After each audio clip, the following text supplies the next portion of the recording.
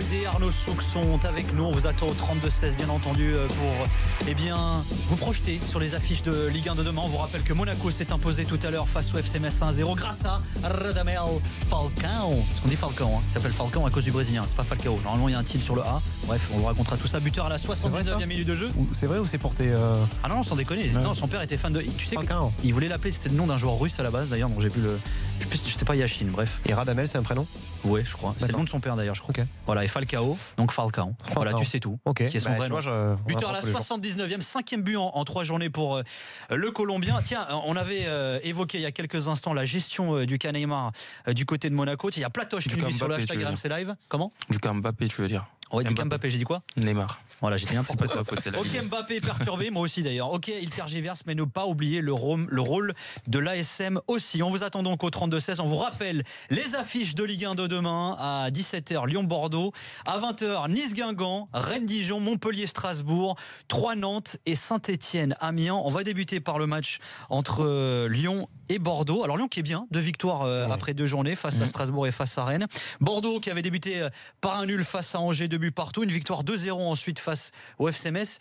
Tu le sens comment ce match comme ça? Vu comme ça, Alpha? Bon test pour Lyon, comme c'est marqué, je suis d'accord. Une équipe qui commençait ce championnat avec beaucoup d'incertitudes, beaucoup de départs. On a parlé du côté de Monaco, du côté de Lyon également. Ils ont perdu pas mal de joueurs, notamment dans l'entrejeu. Ils ont perdu aussi Nabil, Alexandre Lacazette. Et plutôt au contraire, Nabil qui s'est affûté nous montre un bon début de championnat. Fekir. Ouais, Nabil Fekir, bien sûr. En fait, oui. Fekir qui commence un très bon championnat. Après, t'as des jeunes recrues qui, pour le moment, sur ce qu'on voit, notamment Mariano Diaz. Donc oui, face à une équipe de Bordeaux.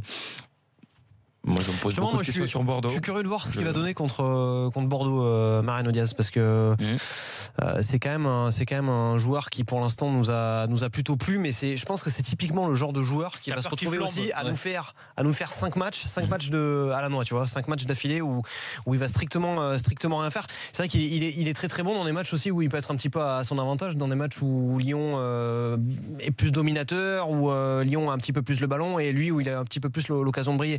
Après, je pense que dans des matchs où ce ne sera pas forcément le cas, je sais pas, ça sera pas le cas face à Bordeaux, mais j'imagine que ça sera peut-être un peu moins le cas en tout cas que le match qu'ils avaient eu en début de saison face à Strasbourg. Qu'est-ce qui te fait dire que Mariano Diaz ne sera pas un joueur régulier? Parce que c'est un délit de sale gueule, ça. Non, c'est pas un délit de sale gueule du tout. J'adore sa coupe peroxydée, mais je trouve qu'il garde trop le ballon. Je trouve que c'est très bien de garder le ballon, de profiter des appels des coéquipiers pour s'enfoncer dans les brèches créées, mais il garde trop le ballon, il le donne pas assez et face Diaz. Oui, Diaz. Juste parce qu'il est de République Dominicaine. Moi je le trouve.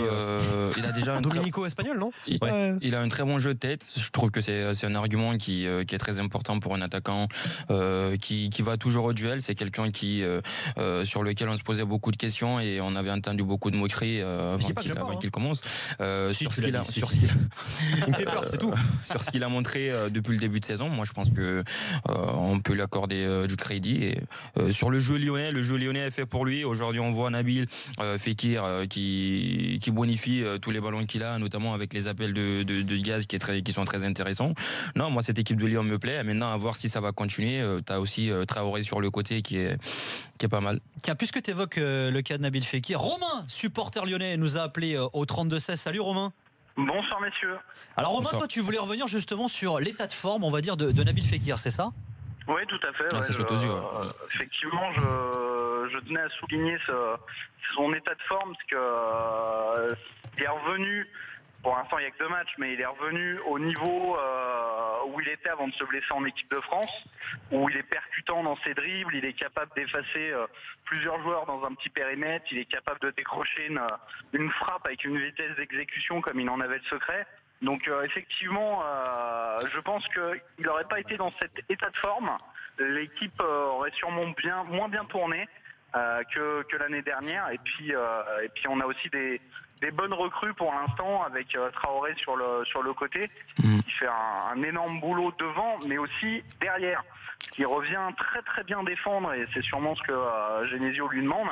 T'as aussi le 4-2-3-1 de Genesio, non, Romain? Je sais pas, faut le mettre en avant peut-être. T'as aussi le changement tactique de Genesio qui, pour l'instant, réussit bien, et c'est ce qu'on attendait du côté de Lyon, non?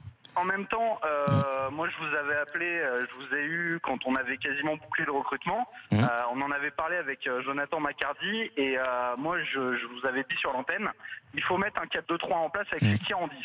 Ouais, je pense qu'on était tous d'accord. Moi qui ne suis pas un entraîneur de football, je pense que si j'arrive à le voir, si Pep Genesio, comme on l'appelle, n'arrive pas à le voir, il y a un moment donné, il va falloir se poser des questions. Donc je ne vais pas le féliciter pour avoir trouvé une solution qui était la mieux pour l'équipe. Maintenant, j'ai encore un peu de doute au niveau tactique, parce qu'on voit sur les matchs qu'on a fait que la tactique, il n'y en a quasiment pas. La tactique, c'est on écarte sur les ailes, on donne à Traoré, à Depay, et puis vous faites votre boulot, vous essayez de percuter, de dribbler et de provoquer du 1 contre 1. Donc tactiquement, j'attends de voir quand on va rencontrer une équipe un peu plus forte comme Bordeaux, qui est très bien en place, voir ce que ça va donner. Moi, ce qui peut être intéressant quand même à regarder justement dans ce match contre Bordeaux, c'est les latéraux. Raphaël, qui avait notamment été très très bon contre Strasbourg. À voir si lui aussi il peut arriver à venir créer le surnom. On a un petit peu la même chose avec Marsal, qui dans une moindre mesure, mais il avait quand même été pas mal face à Strasbourg. Parce que moi là où je suis d'accord avec l'auditeur, c'est Romain.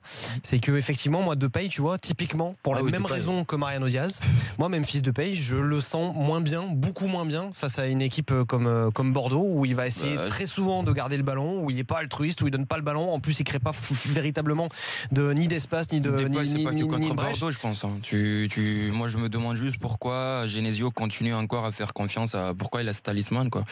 C'est juste pas possible sur tous les ballons qu'il touche. Le mec, il essaie toujours de trouver une solution personnelle. Après, c'est un investissement. Faut l'amortir aussi. Ils ont quand même fait un pari sur lui. Je suis désolé. Ouais, mais je sais pas si t'es obligé de le mettre toujours, quoi. Tu l'as mis pendant une bonne période de la saison dernière. On a vu que ce mec surfe encore sur quelques bons matchs qu'il a fait du côté du United. À part ça, t'as rien dans la caisse. Je sais pas. À un moment donné, je pense qu'il va s'en rendre compte au final. Après, le truc, c'est que Depay, on met qui ? On met Cornet. Ouais, c'est ça qui est dur aussi. Non, mais en même temps, à un moment donné, c'est soit Cornet, soit Depay. Il y a Dortmund qui le veut, Cornet, donc il est bon.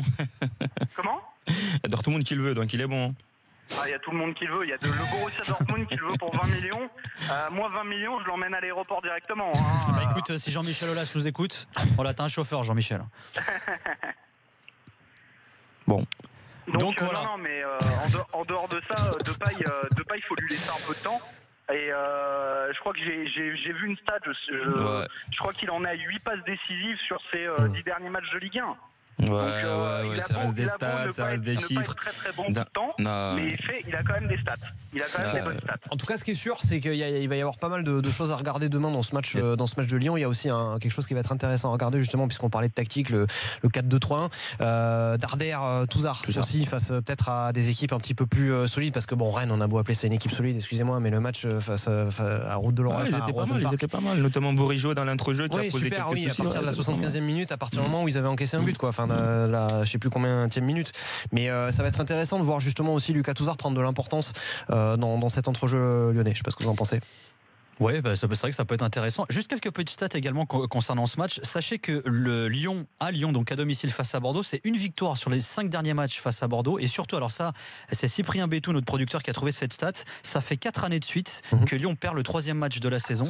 Et alors les saisons précédentes, c'était face à Dijon, Reims, Lens et Rennes. Donc c'est pas forcément d'ailleurs des cadors. C'est marrant comme stat quand même. Voilà, si vous aimez parier. Pour en revenir tu t'en fous complètement, Romain, je comprends. C'est Cyprien qui m'a demandé de les donner. Pourtant, t'aimes bien les stats sur ta stat. Pour en revenir à Touzard, ça le fait marrer là-bas. Pourtant, Romain, t'aimes bien les stats. Il y a quelque chose sur quoi rebondir. Pour en revenir à Touzard, en fait, moi, c'est pas Touzard que j'attends, c'est Darder, parce que Touzard, pour l'instant, il est au niveau. Alors que Darder, il est complètement dedans, il est complètement en dessous. Donc, il va falloir qu'il se calme un petit peu sur cet axe. milieu de terrain. Merci Romain en tout cas de nous avoir appelé au 32-16. On te souhaite un bon match demain. Voilà, on vous rappelle demain 17h, affiche de la 3e journée de Ligue 1 entre Lyon et Bordeaux. On va évoquer une autre affiche également, match de 20h cette fois-ci, match entre Nice et Guingamp. Alors Nice qui reste sur 3 défaites sur ces 3 derniers matchs en Ligue 1. D'ailleurs, les Niçois, si on continue sur ce qui s'est passé en fin de saison dernière, ils sont carrément sur 8 matchs d'affilée sans victoire. Les Niçois, il y a 3 matchs de la saison dernière. Si on rajoute les matchs européens de cette saison, ils avaient fait 2 matchs nuls face à l'Ajax en tour préliminaire de Ligue des Champions. Ils ont perdu face au Napoli 2-0 cette semaine. Et puis ils ont perdu également leur leur match de Ligue 1. Ça n'a pas fort pour les Niçois. Retour de Balotelli là demain. Et Schneider, alors qu'il pourrait déjà être convoqué également pour cette rencontre. Ouais, c'est compliqué parce qu'on sent qu'il n'y a plus trop là. Tu sais, on en revient toujours au même constat quand on regarde un petit peu les matchs de Nice depuis le début de la saison. C'est les latéraux, quoi. T'as Sarr d'un côté, Malang Sarr qui est pas vraiment à sa place. T'as Arnaud Souquet de l'autre qui est assez inégal. Là où l'année dernière t'avais Ricardo Pereira et aide-moi à gauche t'avais D'Albert, voilà, D'Albert qui est parti à l'Inter Milan. Si tu veux, ça fait quand même une différence fondamentale entre ces deux gars-là, et un gars qui a fait une saison plutôt correcte et un autre qui joue pas à sa place. Donc forcément, Nice dans cette perspective de garder le ballon justement et d'ouvrir pas mal sur les ailes, c'est un petit peu plus compliqué pour eux cette saison. D'autant que devant, voilà, t'avais pas Mario Balotelli jusqu'à présent. Il te manque quand même un gars. Moi, je suis désolé, mais Esric, alors ça, qui est parti, pour moi, c'est l'une des pertes les plus grosses de Nice pendant ce mercato. C'est assez inquiétant, franchement, les Niçois. Moi, je pense que c'est une équipe qui, moi, je rajoute à ces départs-là, je rajoute Paul Baez qui était quand même celui qui dirige cette défense, qui avait cette intelligence de placement. On a vu combien de fois cette défense a pris de l'eau, a été en tout cas mise en difficulté par les accélérations et les jeux en triangle dans ce match face à Naples. Mais je crois que Nice, c'est une équipe qui cette année a cru vraiment au rêve européen, quoi. Ils ont laissé beaucoup de force face à l'Ajax et malheureusement ces matchs de championnat sont intercalés sans jouer leur jeu. Oui, le 2-2 à l'Amsterdam Arena, ils ont pas mais tu vois, quand tu joues l'Europe pour accéder à ces phases-là ou pour essayer d'aller loin, dans ce genre de match-là, t'as pas forcément, tu fais pas appel à ton jeu. Non, bien sûr, je suis d'accord avec toi. Mais ce que je veux dire, c'est que c'était déjà symptomatique. Oui, on est symptomatique des mots niçois. Après, comme tu le dis, le groupe aussi est en train de changer. T'as un Balotelli qui n'est pas là, sur lequel tu peux t'appuyer, comme Monaco le fait avec Falcao, où Schneider va leur faire beaucoup de bien dans l'entrejeu. Mais t'as quand même cette équipe qui, moi je sais pas qui leur a mis dans la tête que face à Naples ça peut passer, tu vois. Moi, jouer le jeu. Ouais, faut jouer le jeu. Nico, ils ont bien fait de le jouer. C'est pas mort finalement, mais ça va être quand même compliqué. Et c'est quand même Naples en face. D'accord, mais elle est ouf ta réflexion qui leur a mis dans la tête. Faut bien y croire. Ils vont pas dire les gars, on y va pas. Non, mais c'est pas une question de pas y croire. C'est une question de bien, pour moi, prendre le match de championnat, même si le match qu'ils perdent le week-end dernier, c'était pas, ils se sont pas pris une branlée et que dans le jeu c'était pas dégueulasse. Mais c'est quand même Naples. Non, mais d'accord, on peut pas dire sans cesse crier en disant les clubs français jouent pas la Coupe d'Europe, et quand il y a un tour préliminaire, même si c'est le Napoli, c'est pas une question de tu joues pas à la Coupe d'Europe. T'as Naples en face, tu t'appelles Nice, t'as beau être le 3e de Ligue 1, t'as en face de toi l'une des équipes qui ne perd pas que face aux grandes équipes européennes, quoi. On va voir ce qu'en pense Thomas, qui nous a appelé au 32-16, supporter des Aiglons. Salut Thomas. Bonsoir à tous. Bonsoir Nicolas. Salut, bonsoir Alpha et Arnaud. Arnaud Souk, pas Souquet, attention. Arnaud Souk. Arnaud Souk. Juste, on rappelle quand même, pour être très précis, que Schneider et Balotelli viennent de reprendre l'entraînement avec le groupe, et Dick Advocat, le sélectionneur des Pays-Bas, aurait même déjà contacté d'ailleurs Schneider, savoir s'il serait opérationnel pour affronter les Bleus fin août. Alors, t'es comment toi après ce début de saison compliqué des Niçois, Thomas? Votre analyse elle est bonne de ce qui manque à Nice par rapport à l'an dernier. Là on attend 4 recrues surtout, entre l'arrière gauche, un milieu offensif et un attaquant, c'est ce qu'on espère tous. Notamment Ben Arfa, on l'espère tous. Je pense que c'est pas fini Ben Arfa. Moi je pense que River nous mène un peu en bateau et qu'il va le faire sur la fin quand ils vont dégraisser Paris. Je pense que Ben Arfa le fera, ça on est tous persuadés. Ouais, c'est plutôt Favre, je pense, Thomas, qui n'est pas très chaud pour Ben Arfa au fait. Plutôt Lucien Favre, ton coach. Ce serait pas possible. Que ce sera plus lui que River qui n'en veut pas, mais bon. Oui, River a annoncé, c'est vrai, à de nombreuses reprises que ça coûtait cher quand même. Effectivement. Ouais, en salaire, c'est juste en salaire. Sinon, le début de saison, un peu difficile. C'est assez inquiétant quand même, parce que quand on voit l'équipe, si on reste avec cette équipe-là, c'est quand même assez léger. Je pense qu'on le voit, c'est quand même très très léger. Défaite face à Saint-Etienne et face à Troyes, on le rappelle, pour les Aiglons en championnat. En plus, c'est pas des grosses. Surtout Saint-Etienne, où normalement nous on doit viser le top 5 cette année. Je pense qu'on peut faire top 5 et qu'on perd contre une équipe comme Saint-Etienne. C'est un peu dommage. Puis à domicile surtout, l'an dernier on a pratiquement on a perdu qu'un seul match à domicile, et là on perd contre 3 et on n'a pas de chance parce qu'on doit mettre les occasions au début de match et le match il est plié hein, et c'est dommage de perdre contre 3 contre un promu qui vaut quand même pas grand chose. C'est assez inquiétant et même l'Ajax, hein, on a quand même énormément souffert et on se qualifie un peu miraculeusement. Non mais la réalité Thomas, c'est que t'as pas gagné un seul match depuis le début de la saison. T'as pas gagné un seul match depuis le début de la saison. On va pas en parler. Naples, ils sont au-dessus de nous, c'est un autre monde. Il faut pas en parler. Mais c'est un peu inquiétant et surtout moi ce qui m'inquiète c'est que Sneijder on l'a recruté mais là je l'ai vu dernièrement. Je sais pas ce qu'il a fait cet été mais quand même. Il a pris quand même un peu de poids, j'ai l'impression. Ça un peu ça. Ouais, mais c'est du lourd, c'est normal. Sneijder, attention, te fie pas à sa forme physique ou à ce que tu vois en face de toi. C'est un mec qui a une telle intelligence dans le jeu, dans le placement. C'est quelqu'un qui peut te bonifier des ballons, mais attention, ne te fie vraiment pas à ce que tu vois. Attends, les statistiques qu'il a. Pardon, vous aimez pas les stats, mais moi j'aime bien. Les statistiques qu'il a quand même en championnat de Turquie ces dernières années. Tout le monde dit c'est un vieux des Kati machin et tout. Enfin bon, le mec il te met quand même 20 passes décisives quasiment, tout en marquant 15 buts. Ça. Non, je pense que ça c'est la méga bonne pioche, hein, gros ou pas gros. Bien sûr.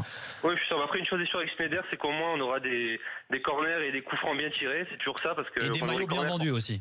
Qu'on sort, voilà exactement. Et l'expérience. Puis il a jamais joué sur sa vitesse, sur son physique de toute façon. Donc à la limite, juste il a un peu d'intelligence de jeu, il fait des bons. Il organise bien le jeu. On a gagné ça. Non, moi je suis quand même content. Sneijder, très franchement, on est quand même très content avec Balotelli. On a quand même hâte de voir les deux sur le terrain. On a quand même hâte de les voir. Ça peut relancer la saison et puis nous changer de Pléa parce que surtout Balotelli on en a besoin parce que Pléa moi devant je comprends pas qu'on s'emballe pour Pléa, on en parle jamais mais tout le monde s'emballe pour Pléa mais moi je trouve qu'il est maladroit dans le plus possible. Je trouve qu'on en fait beaucoup sur celui-là, on capitalise beaucoup dessus alors qu'on devrait recruter un troisième attaquant, un troisième neuf à Nice. On avait Dounis qui avait été assez encourageant l'an dernier, on n'a pas voulu le prendre, mais si on peut se faire prêter un bon attaquant comme ça dans un grand club, on parlait d'un mec de City à un moment donné, ça peut être intéressant de tester parce que Pléa en neuf, moi je suis pas fan, je suis vraiment pas. Et on est beaucoup à Nice à pas être fan du tout de Pléa.